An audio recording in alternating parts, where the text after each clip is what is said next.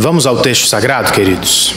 Vamos abrir o texto na carta de Tiago.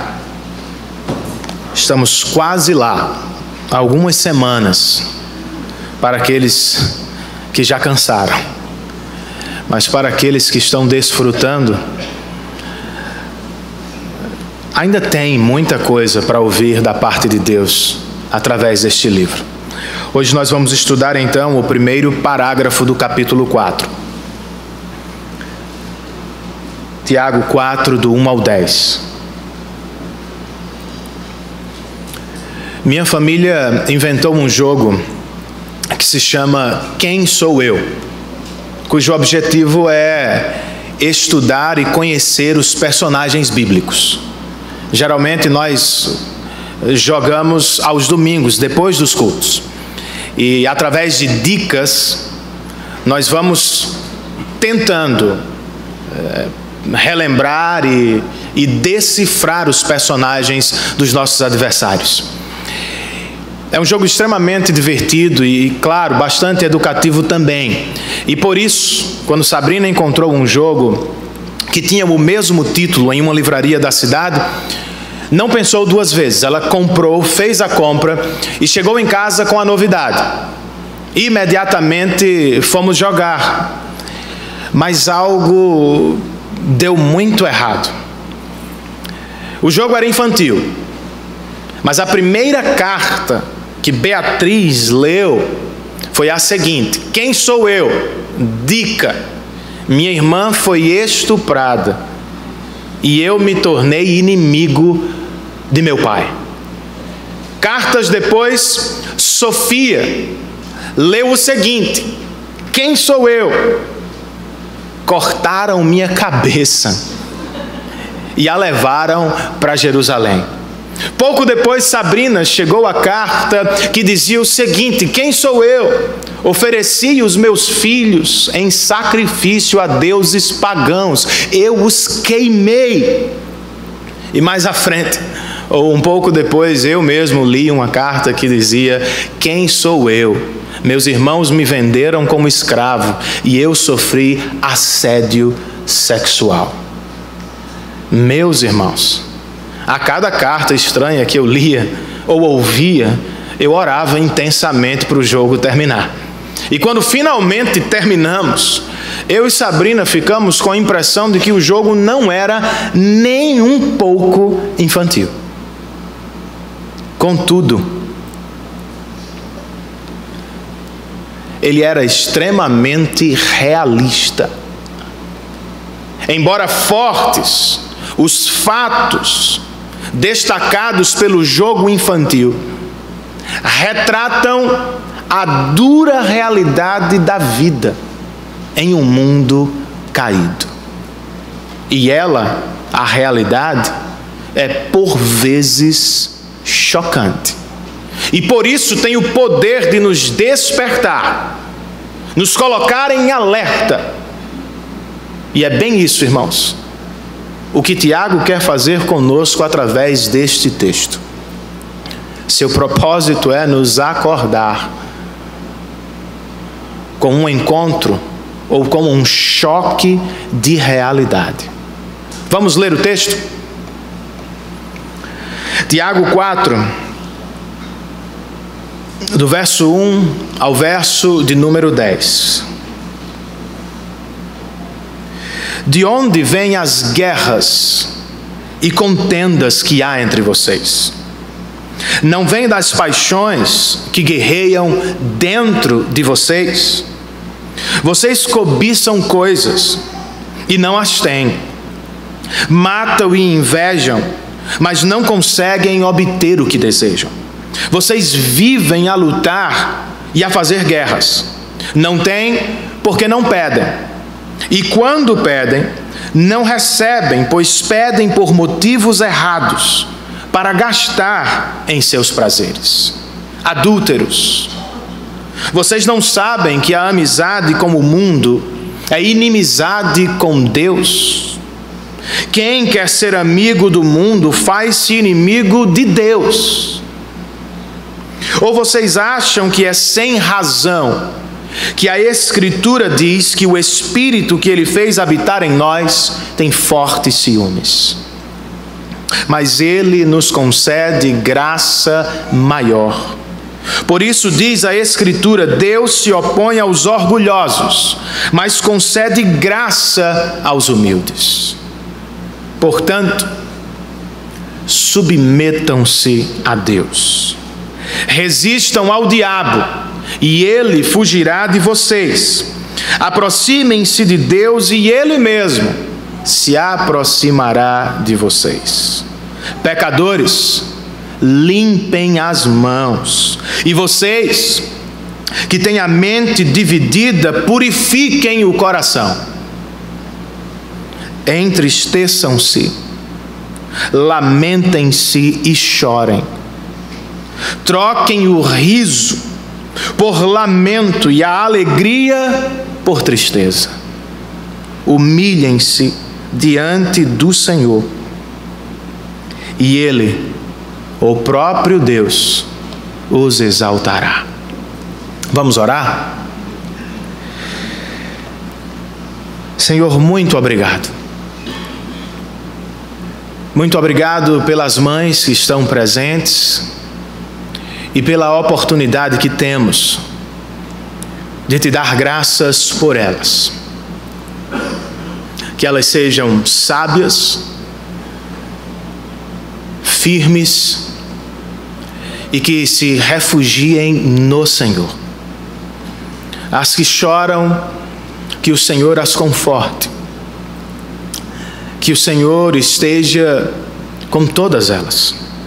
Muito obrigado a Deus pelos cânticos espirituais que deixamos diante de Ti, pelas orações feitas, pelas ofertas colocadas perante o Teu altar. Recebe-os como aroma suave, que a nossa adoração chegue à Tua presença. Mas agora, Senhor, que nos aproximamos da Tua palavra, nós Te pedimos assistência espiritual. Que não seja um discurso eloquente ou de sabedoria humana apenas. Que seja, Senhor, como disse Paulo aos Coríntios, que esta pregação seja uma demonstração do Teu poder e do Teu amor por nós. Pois, ó Senhor, nós precisamos de um despertamento espiritual. Usa este texto para operar a Tua vontade no nosso coração e no nosso meio. Nós Te pedimos isso, em nome e por amor de Jesus Cristo. Amém, queridos. Algumas pessoas vivem dizendo que querem voltar à igreja primitiva. Já ouviu um discurso assim antes? Eu gostaria de viver na igreja primitiva. Elas falam da simplicidade dos nossos irmãos, da comunhão, do partir dos bens, da sabedoria, do poder do Espírito. E de fato, irmãos, os primeiros capítulos de Atos foram marcados por essas qualidades, mas só os primeiros. As mesmas pessoas se esquecem que todas as cartas do Novo Testamento foram, primeiro, endereçadas à igreja primitiva. E que muitas das cartas tratam de problemas, não apenas externos, mas internos da igreja. Esta, por exemplo, é uma delas. Esta carta fala da nossa igreja primitiva. Uma igreja que fazia acepção de pessoas, que queria ensinar para ter visibilidade e destaque, que adorava a Deus aos domingos, mas que difamava os irmãos durante a semana, que embora tivessem sabedoria espiritual, por vezes invejava e ambicionava coisas erradas. Trata-se da realidade, irmãos. Esta é a realidade da igreja primitiva, como também é a realidade da igreja moderna. Ela está em um processo chamado santificação. Ora é melhor, ora é pior, ora é mais saudável, ora é menos saudável. E é por isso que, vez por outra, Deus levanta profetas no nosso meio. Não necessariamente para falar das bênçãos materiais, talvez estes sejam falsos profetas, mas para denunciar pecados e despertar a igreja. É o que Tiago faz aqui neste texto. Ele nos oferece um choque de realidade, com o propósito de nos fazer acordar. Talvez estejamos dormindo espiritualmente. E por isso, ele nos dá este texto. Mas o que é que ele tem em mente, irmãos? Ou de que realidade Tiago está falando neste texto? Na verdade, ele tem 3 realidades em mente. Inicialmente, entre os versos 1 e 3, o pastor de Jerusalém nos fala sobre a realidade da guerra, ou das guerras. Os cristãos, por causa da sabedoria celestial, deveriam sempre viver em paz, deveriam sempre buscar a justiça social, o bem do próximo. Mas nós sabemos que nem sempre esta é a nossa realidade. Por vezes, é o que Tiago nos diz, os mesmos cristãos, sábios espiritualmente, estão lutando e brigando uns com os outros em busca das mesmas coisas da terra. E de onde é que vêm esses conflitos, essas lutas? Nas palavras de Tiago, verso 1, de onde vêm as guerras e contendas que há entre vocês? A resposta vem imediatamente depois, em outra pergunta, agora retórica. Não vem das paixões que guerreiam dentro de vocês? Tiago está dizendo, o problema das guerras entre vocês é fruto do problema das guerras dentro de vocês. As guerras entre os homens são reflexos da guerra interior. Os nossos irmãos da igreja primitiva faziam guerra uns contra os outros, porque eles mesmos estavam em guerra no coração. De que guerra estamos falando, irmãos? Em uma palavra, Tiago a chama de paixões. No grego, hedonê, de onde surge o termo moderno hedonismo. Filosofia que prega o prazer imediato como o fim supremo do ser humano, ou seja, existimos, segundo esta filosofia, para o prazer, e prazer este terreno. Tiago diz, vocês estão em guerra uns com os outros, porque estão em guerra interna, em busca de prazer terreno. Trata-se, como destaca um comentarista, irmãos, de uma patologia espiritual.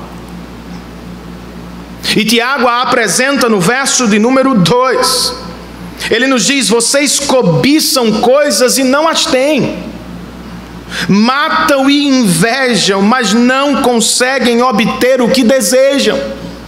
Vocês vivem a lutar e a fazer guerras por causa do redonê, do prazer imediato. Os nossos irmãos da igreja primitiva invejam, cobiçam, lutam, brigam uns contra os outros e até matam, se for preciso. E curioso, irmãos, eles nunca se dão por satisfeitos. Por mais que tenham, nunca lhes é o suficiente. Eles correm, mas nunca descansam. Conquistam e conquistam, mas nunca estão plenamente realizados. Qual é o problema do hedonismo?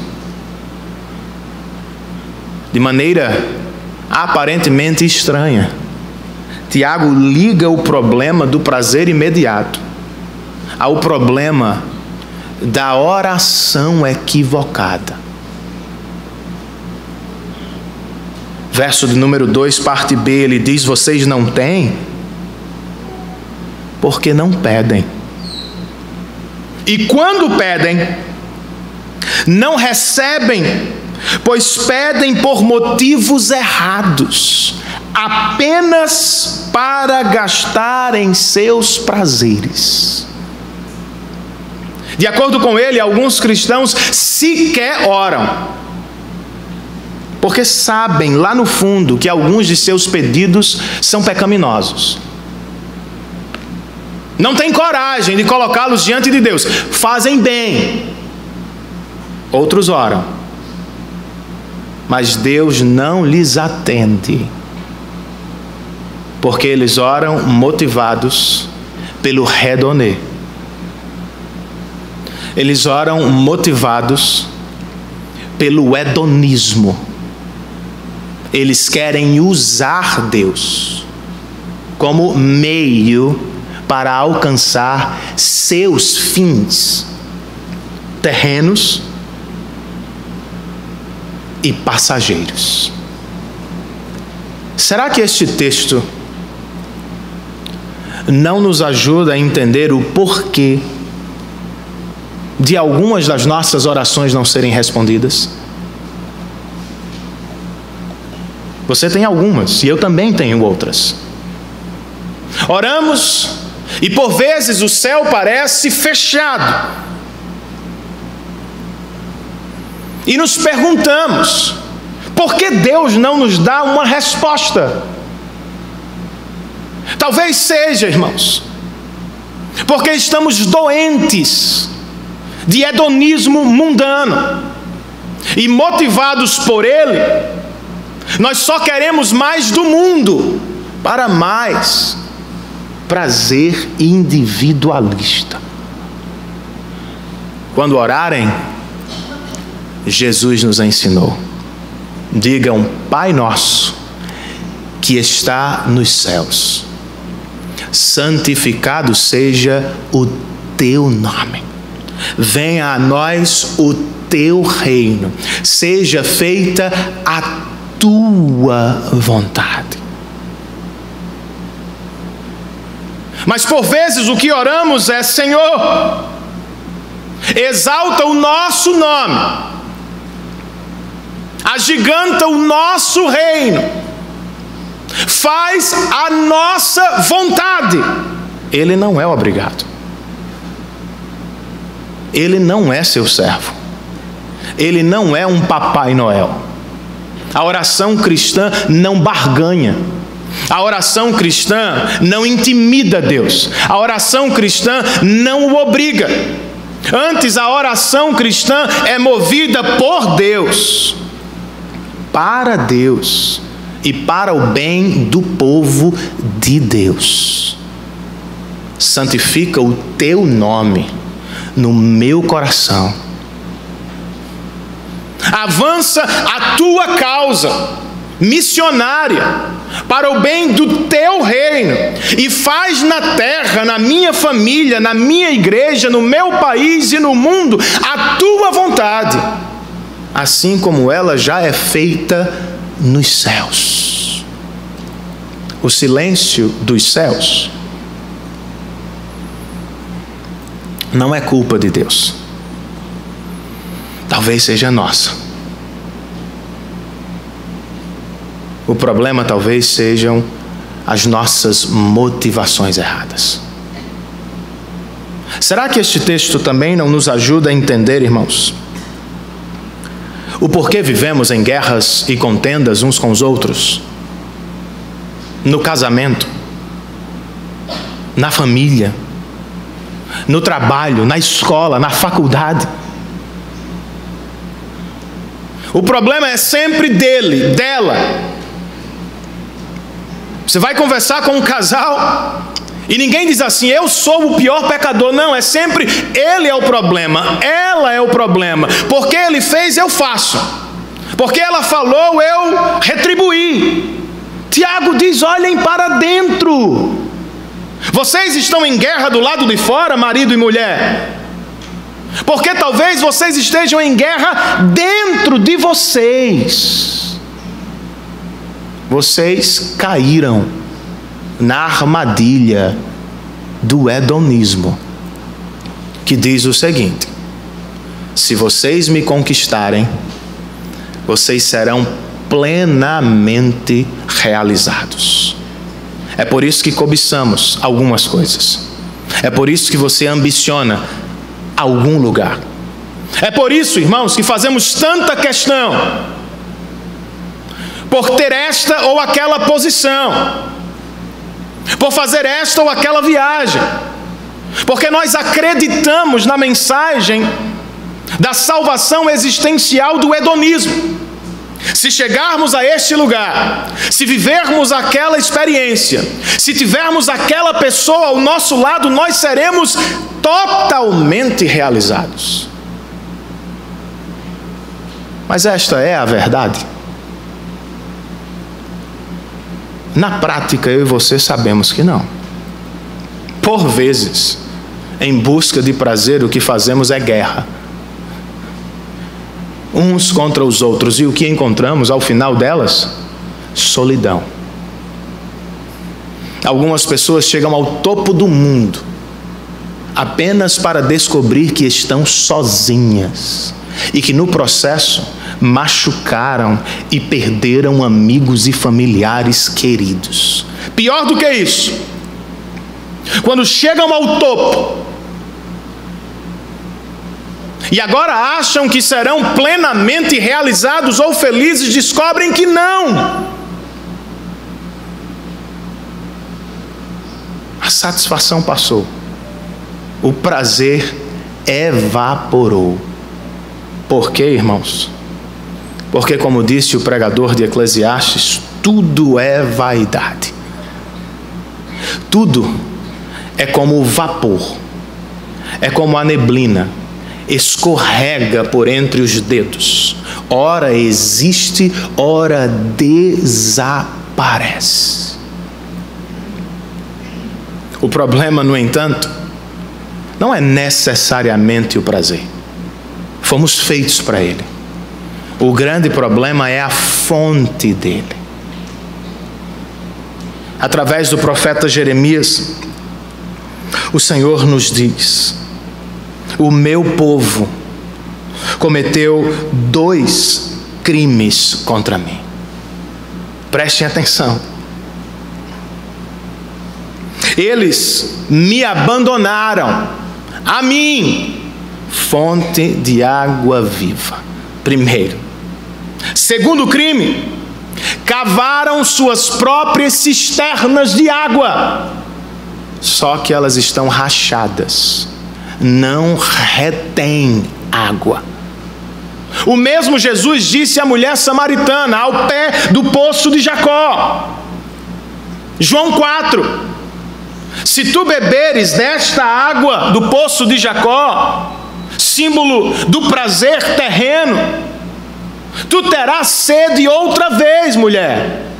Mas se beberes da água que eu tenho para te dar, do teu interior fluirão rios de água viva para sempre. Os salmistas conheciam bem, irmãos, a experiência do prazer espiritual. Um deles, no Salmo 42, escreve: como a corça anseia por águas correntes, a minha alma anseia por ti, ó Deus. A minha alma tem sede de Deus, do Deus vivo. E Davi, no Salmo 63, talvez em um dos piores dias da sua vida, quando não tinha mais família, palácio, prestígio, honra e glória, ele abre o Salmo dizendo: ó Deus, Tu és o meu Deus, eu te busco intensamente, a minha alma tem sede de Ti, e todo o meu ser anseia por Ti numa terra seca, exausta e sem água. Talvez você esteja insatisfeito, porque tem bebido de cisternas rachadas. Volte-se, cristão, outra vez para Cristo e tenha nele uma fonte inesgotável de prazer. Quer fazer guerra? Faça guerra pela coisa certa. Quer guerrear no casamento? Faça-o levando o seu cônjuge a conhecer, amar e desfrutar da alegria espiritual em Cristo. Quer guerrear entre nós? Não faça guerra por posição, por prestígio, por visibilidade, não. Faça guerra para nos levar à fonte inesgotável de prazer em Cristo Jesus. Quer brigar no trabalho, meu irmão? Brigue por coisa grande, pela alegria eterna dos seus colegas. Apresente-lhes Cristo Jesus, salvação de Deus e alegria eterna para os corações. Posso ouvir um amém, queridos? Está muito frio, é? Tiago falou primeiro da realidade das guerras nos relacionamentos. Agora, entre os versos 4 e 6, ele fala da realidade da amizade, irmãos.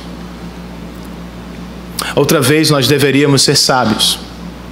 Deveríamos sempre viver em paz uns com os outros. Contudo, infelizmente, vez por outra, a foto que damos ao mundo é a foto das contendas, das guerras, dos litígios. Esta, porém, não é a única foto feia, irmãos, que percebemos no texto. Tiago nos apresenta outra aqui. Esta é mais assustadora do que a primeira. Adúlteros. Vocês não sabem que a amizade com o mundo significa inimizade com Deus?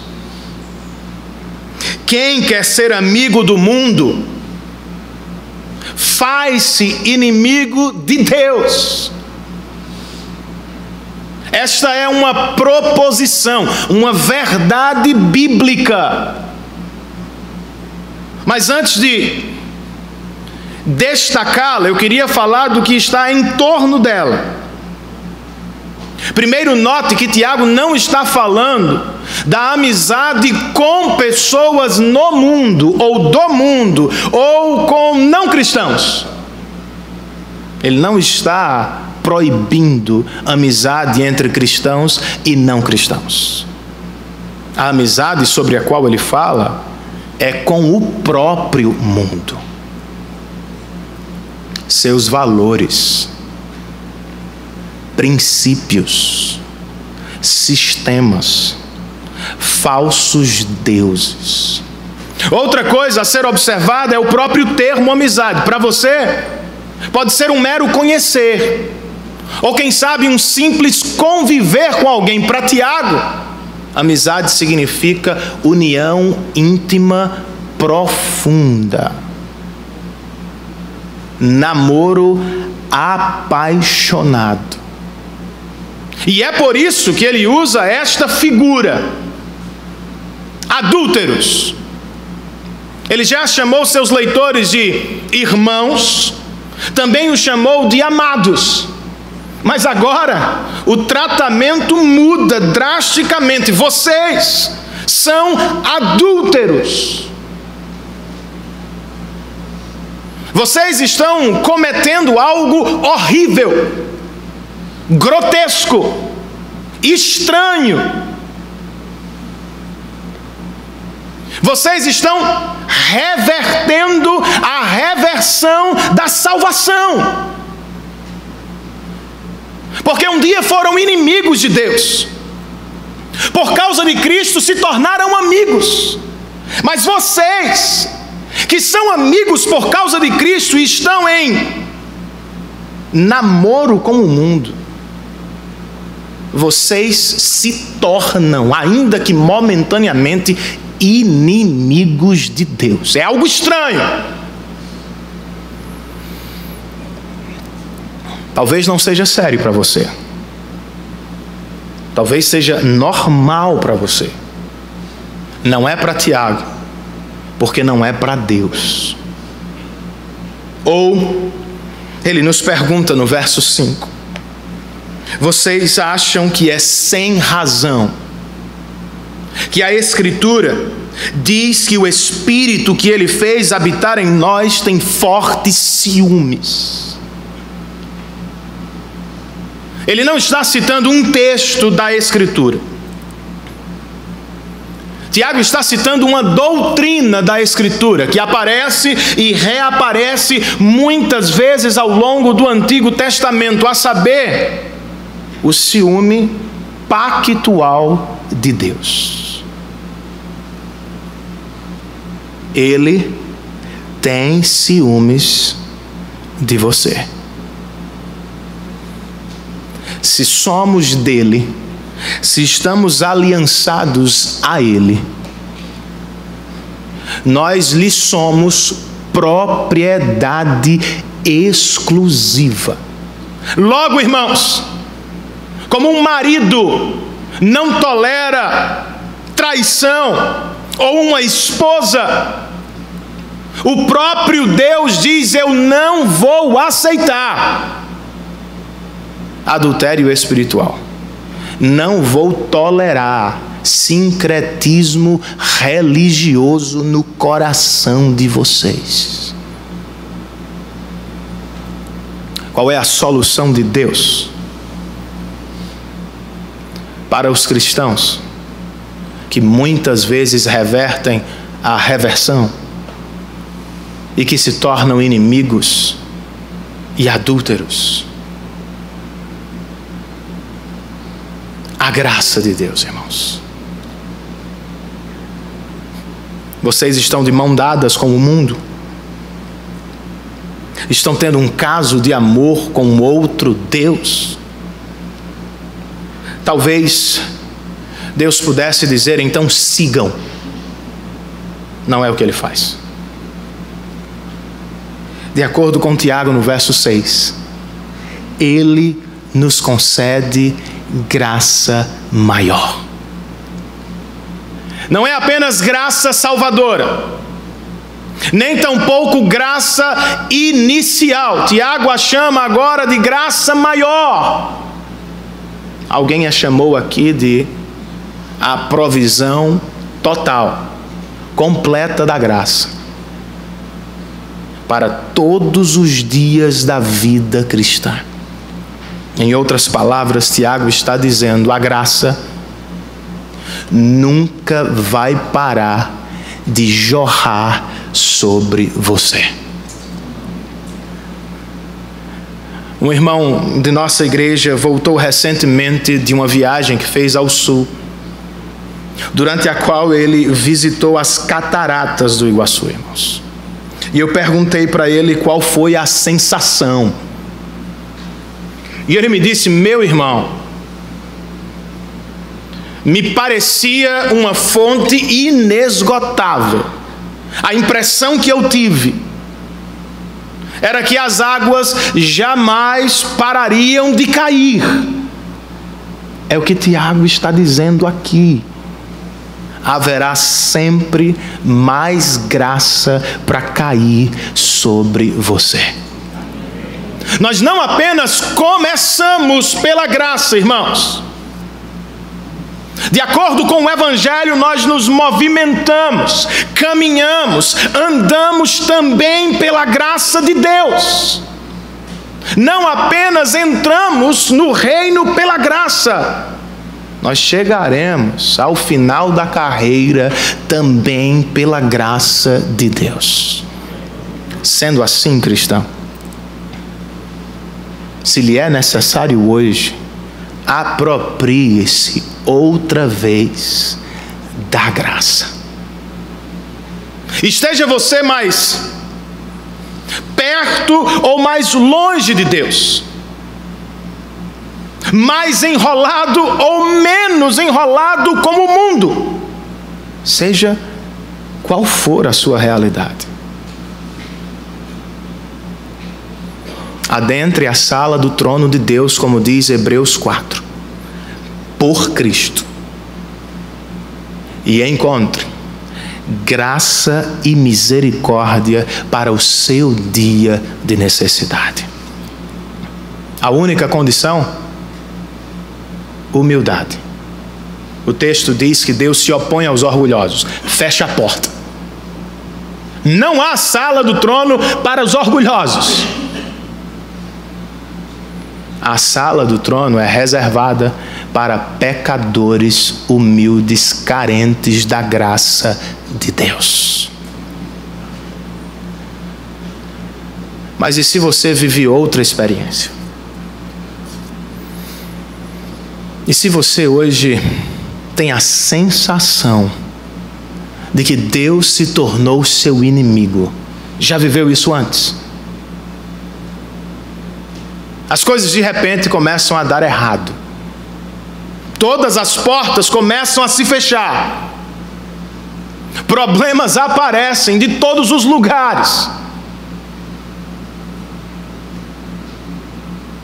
Você vai dormir e se pergunta: meu Deus, será que tu me amas? Ele ama, irmãos. Ele ama você de maneira furiosa, ciumenta e zelosa. E aqueles a quem ama, o autor de Hebreus nos diz, Deus disciplina. Ele fecha portas, Ele seca fontes, Ele permite problemas, dificuldades aparecem. Sob o controle dele, o sofrimento bate a porta. E não é como nos ensinam alguns, porque estamos sob maldição, irmãos. Sofrimento, de acordo com Hebreus, não é sinal da ausência de Deus, é prova do amor ciumento do Espírito Santo de Deus. Se Ele não amasse você, tudo daria certo. Romanos 1. Ele soltaria a corda. Você seria extremamente bem-sucedido em todos os seus prazeres terrenos. Mas se as coisas estão dando errado, é porque Ele está chamando você de volta. Qual é a bênção prática da disciplina? Aproximação. Ele nos disciplina para nos trazer de novo para perto, irmãos. O salmista sugere: entregue suas preocupações ao Senhor e Ele o susterá. Por trás do verso é como se ele estivesse dizendo: Deus nos envia provações, algumas das quais são mais pesadas do que podemos suportar, a fim de que corramos outra vez para a presença dEle. Essa é uma das razões pelas quais estamos em recessão, irmãos. Ele fechou a torneira de alguns setores no Brasil, a fim de que irmãos nossos e talvez alguns de nós se voltassem para Ele. Então não apenas reclame, nem só murmure da vida.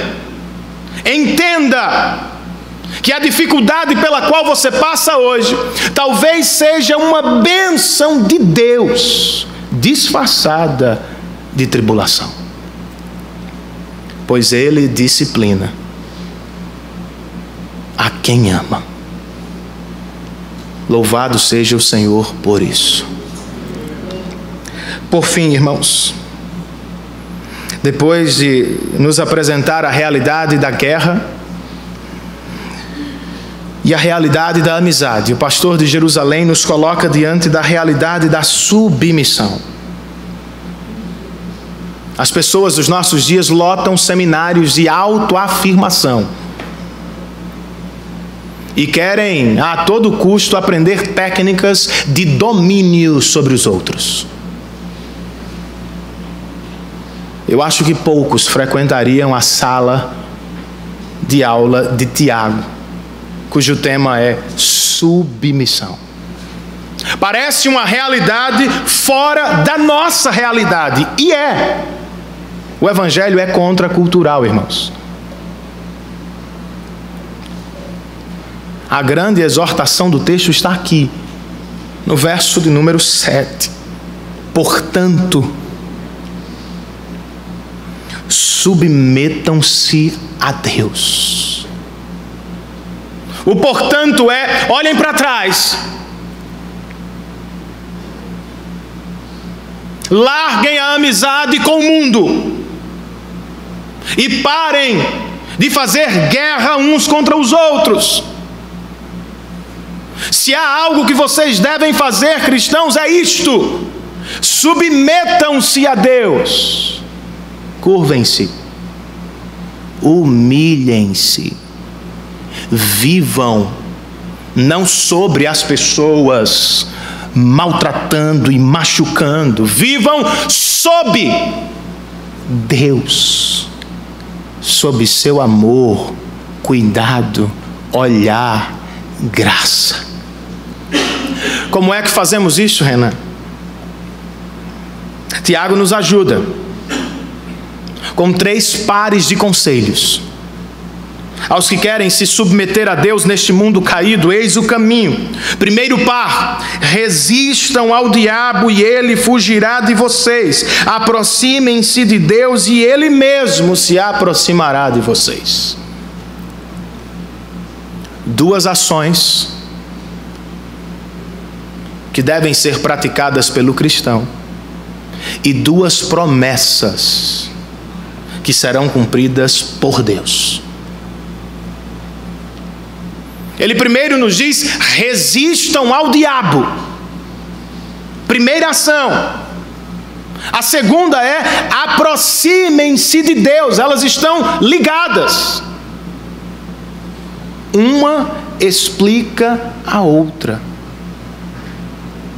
Quer resistir ao diabo? É simples. Precisa de seminário não. Nem de congresso X, Y ou Z. Simples. Aproxime-se do seu Deus.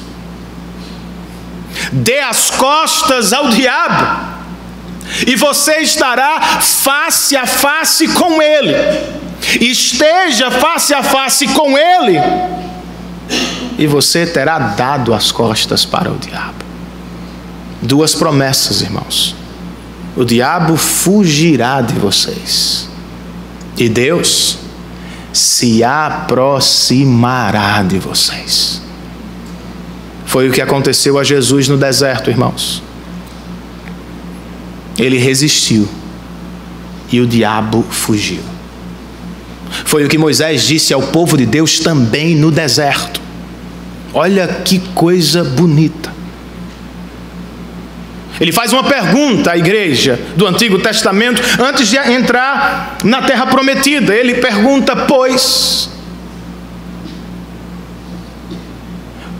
qual é a grande nação da terra que tem um Deus tão maravilhoso como o nosso,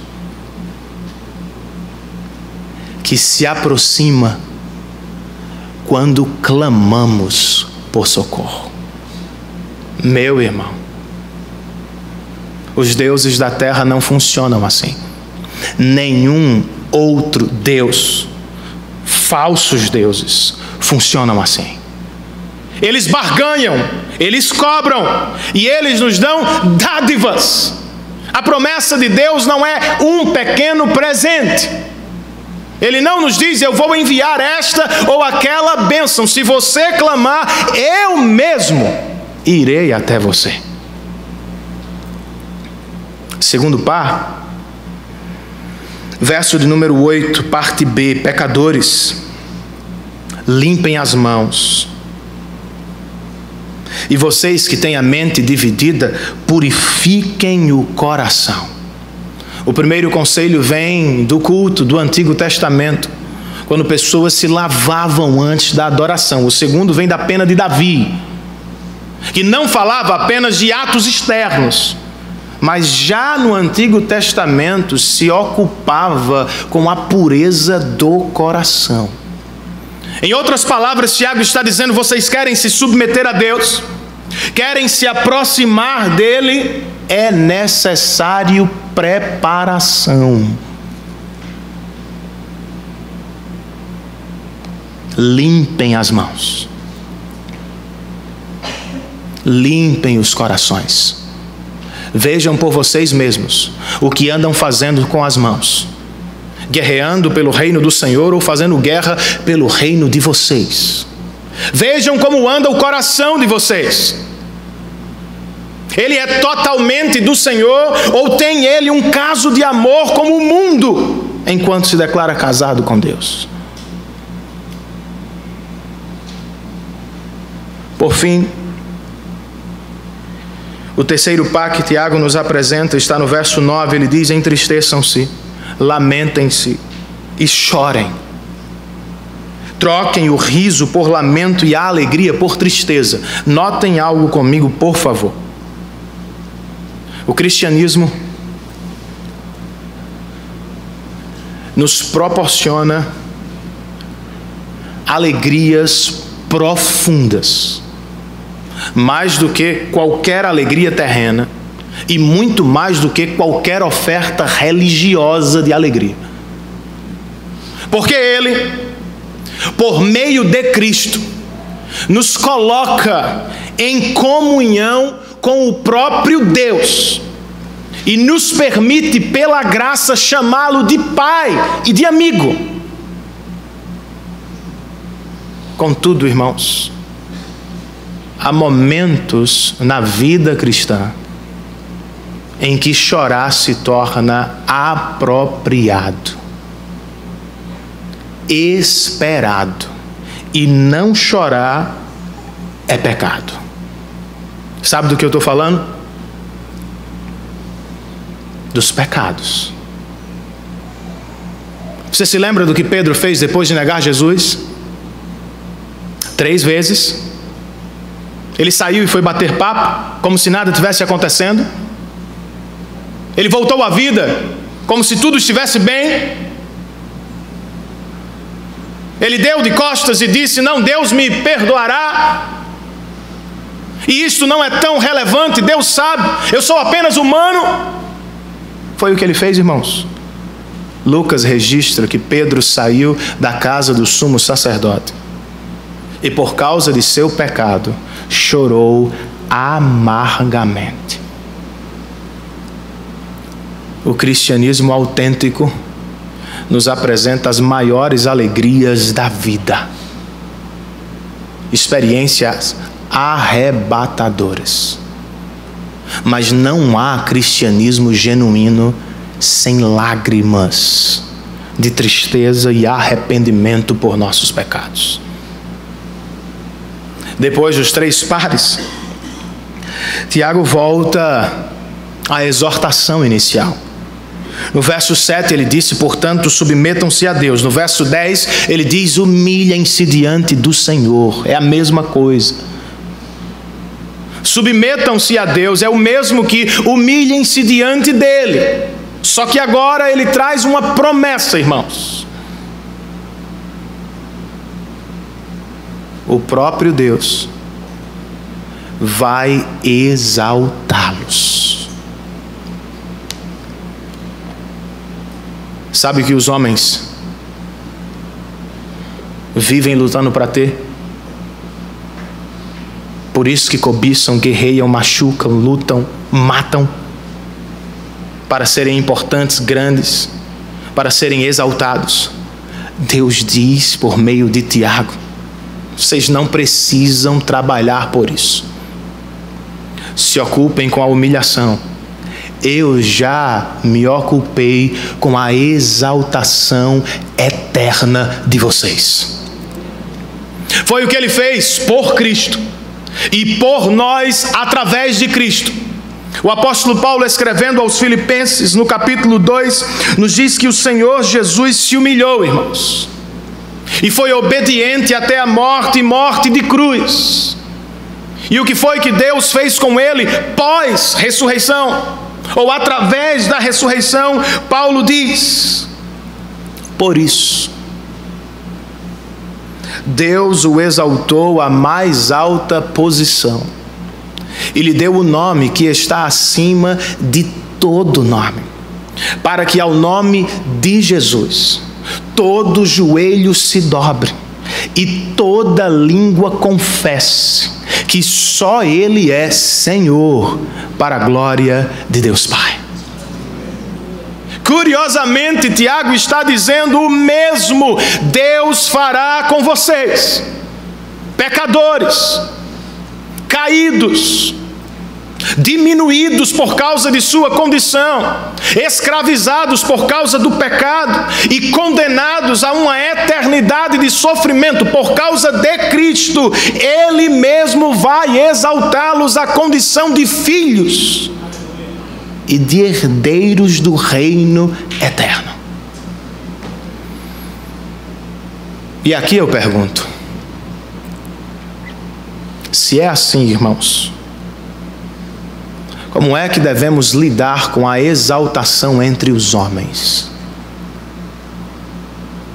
Se Deus nos permitir sucesso na profissão, êxito nas realizações, destaque na família, como é que você pode seguir humilde em dias de exaltação entre os homens? A resposta é a glória de Deus. Se nos comparamos aos nossos semelhantes, vamos encontrar muitas vezes pessoas melhores e piores no que fazemos. E por isso seremos desafiados a competir com quem está acima e seremos tentados a humilhar quem está embaixo, irmãos. Porque estamos nos comparando uns com os outros, pecadores com pecadores. Mas quando nos comparamos com Ele, não corremos esse risco, porque estamos eternamente aquém do valor dele. E somos igualmente todos pecadores carentes da graça de Deus. Manter-se humilde, então, em dias de exaltação, é tratar os outros como fomos tratados por Deus. E é dar glória e louvor a Deus por causa de Cristo e de todas as dádivas que Ele nos deu. O cristão, por assim dizer, se aproveita da exaltação para exaltar. Ele usa o destaque para destacar. Ele aproveita o Dia das Mães não para adorar sua mãe, mas para pregar o Evangelho de Jesus Cristo, para dar graças a Deus por ela. Ele aproveita a conclusão de curso e a oportunidade de ser o orador da turma, o destaque que tem nesta ou naquela situação, não para dizer eu sou, eu posso e eu consigo. Não, este não é o Evangelho de Cristo. O Evangelho de Cristo é: eu sem Cristo nada posso fazer. Agora, irmãos, como é que devemos nos relacionar com este Deus em submissão? De maneira ativa, cristão. Nós devemos nos afastar do diabo e, ao mesmo tempo, nos aproximar de Deus. Você quer colocar o diabo para correr, meu irmão?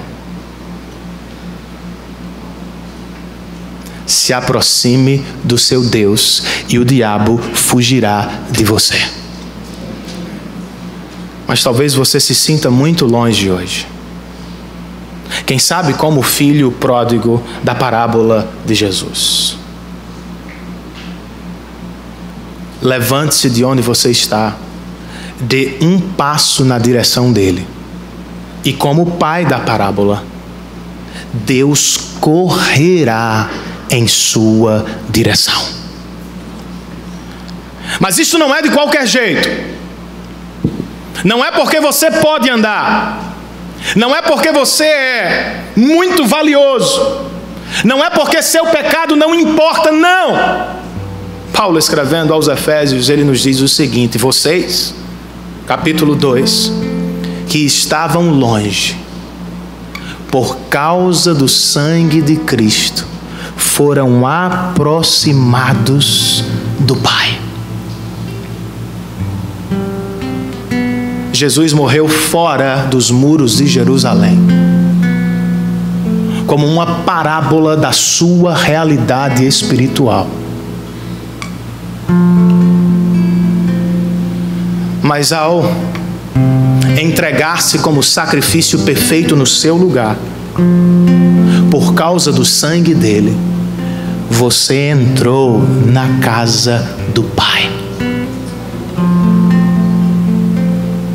E aí, meus irmãos, eu tenho que lhes pedir, por favor, não façam pouco dos privilégios que vocês receberam por causa de Cristo. Nós podemos chamar o Criador e o Juiz de toda a terra de Pai. Podemos adentrar a presença dele com confiança e ousadia a cada manhã. Podemos ouvir a sua voz nos falar de seu amor e seu caráter sempre que quisermos. Não negligencie a bênção da aproximação. Leia a palavra e entre à presença de Deus em oração todos os dias. Não o faça de qualquer jeito. Pois, como nos diz Tiago, a aproximação deve ser feita em santidade ou busca por ela, e em confissão de pecados ou arrependimento por eles. Alguns cultos dos nossos dias são apenas felizes, triunfalistas, celebram pessoas, personalidades, conquistas, virtudes. E as pessoas deixam os templos sorrindo umas para as outras e radiante com si mesmos. Poucas vezes deixam os cultos chorando, tristes por causa de seus pecados e por causa do sacrifício que Cristo pagou por eles. Pelo que é que você chora, cristão, na vida? Porque não tirou esta ou aquela nota? Porque não recebeu esta ou aquela bênção? Porque o namorado se foi?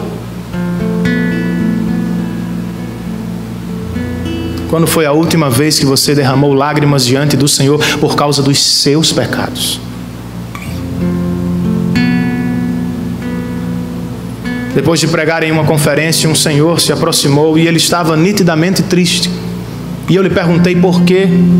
E a resposta dele foi: pastor, eu não estou tão bem como imaginava. Será que você está, irmão? Será que nós estamos? Será que não temos alguma mente dividida entre amigos antagônicos, Deus e o mundo?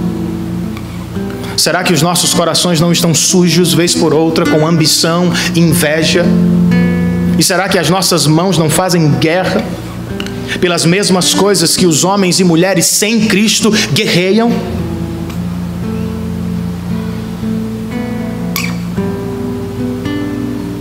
Irmãos, por meio de Cristo nós somos levados à maior de todas as alegrias.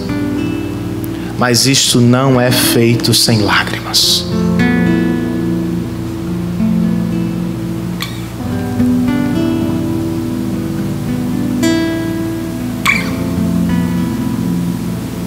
Que o Senhor nos dê tristeza santa. Que você não tenha por normal a rispidez no seu casamento, nem a negligência no seu relacionamento.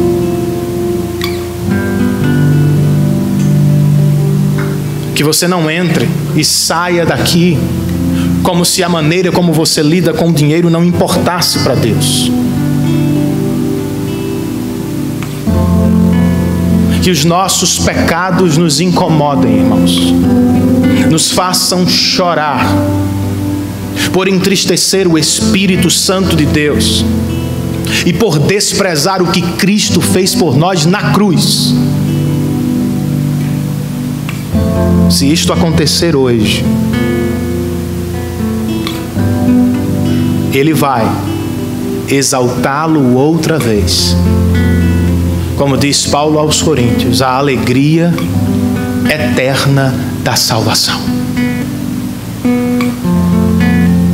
Lembra do jogo que Sabrina comprou? Ele não é nem um pouco infantil. Suas cartas trazem estupro e assédio sexual. Falam de guerras e de cabeças cortadas. Apresentam sacrifícios humanos e adoração pagã. Não se trata de um jogo infantil. Não compre. Eu, sinceramente, não gostei do jogo. Não apenas porque ele retrata a dura realidade da vida, e isto chocou minhas filhas. Sabe por que eu não gostei do jogo de verdade? Porque ele não retrata a dura realidade da cruz. Dezenas de cartas que nos apresentam todos os pecadores, personagens da Bíblia. Só uma falou de Cristo. E aqui falou, irmãos, se ocupou com a cura da sogra de Pedro. Onde é que este homem ou mulher estava com a cabeça quando fez este jogo cristão? Cristo fez muito mais do que realizar uma cura aqui ou ali. Quando enfrentou a cruz, a dura realidade da cruz, ele estava guerreando por pecadores perdidos que guerreiam uns contra os outros. Ao subir à cruz, ele estava se submetendo à vontade perfeita da Trindade, mas também à vergonha e humilhação diante dos homens, para que não fôssemos desprezados eternamente. Quando foi ao Gólgota, irmãos, Jesus se fez amigo de seus inimigos, a fim de que estes fossem amigos do Pai para sempre. Porque o autor daquele jogo infantil não falou da cruz. E porque eu e você não a fitamos mais vezes? Tire os seus olhos hoje da sua realidade e olhe para dele, pendurado, vertendo sangue e recebendo no corpo e na alma o inferno que estava reservado a você e a mim. Isso ele fez para dar glórias a Deus, mas também para mudar a nossa realidade para sempre. Que o Espírito do Senhor, irmãos, desperte a nossa igreja. Que choremos em arrependimento por nossos pecados. E que imediatamente depois celebremos a alegria da salvação conquistada por Jesus Cristo. Vamos ficar de pé. Vamos responder a esta mensagem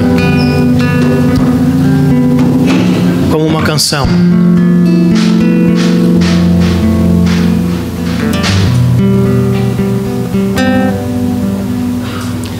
Ele, o Criador do céu, que em tudo põe a mão e chama como o seu.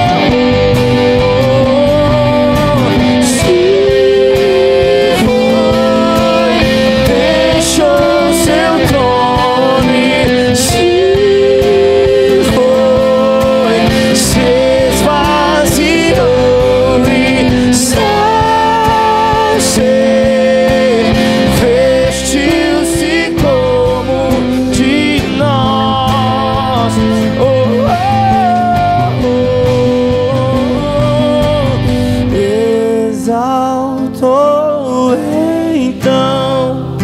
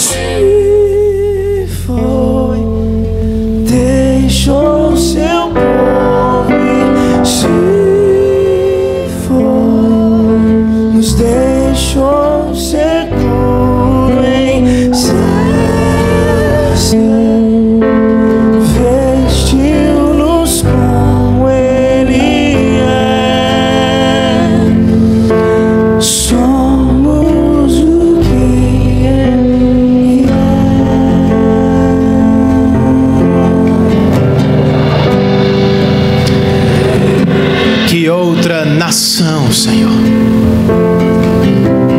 que outro povo tem um Deus tão maravilhoso como o nosso, que se aproxima quando clamamos em arrependimento e lágrimas. Senhor, se há algo chamado batismo do Espírito Santo, que o Senhor nos dê, não através de línguas ou dons, mas por meio de lágrimas e arrependimento. Que o Teu Espírito produza no nosso espírito tristeza por nossos pecados, e que Ele nos faça correr nesta noite para Cristo. Para Cristo. Para Cristo. Algumas das nossas tristezas são frutos de pecado, Senhor. Algumas das nossas depressões são frutos de distanciamento do Senhor. Pela graça, nos aproxima outra vez do Teu trono. E por meio de Cristo, exalta-nos, leva-nos até a Tua sala e nos desperta, Senhor, para a glória e louvor do nome de Jesus Cristo, o nome que está acima de todo nome. Esta é a nossa oração, Senhor.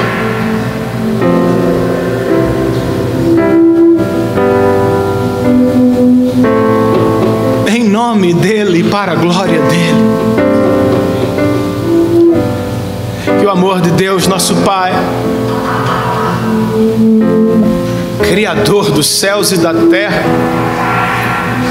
que se permite chamar de Pai, que a graça maior de Cristo, suficiente para nos levar até o último dia, a comunhão, o poder, a presença e a conversão do Espírito Santo de Deus estejam sobre todos nós.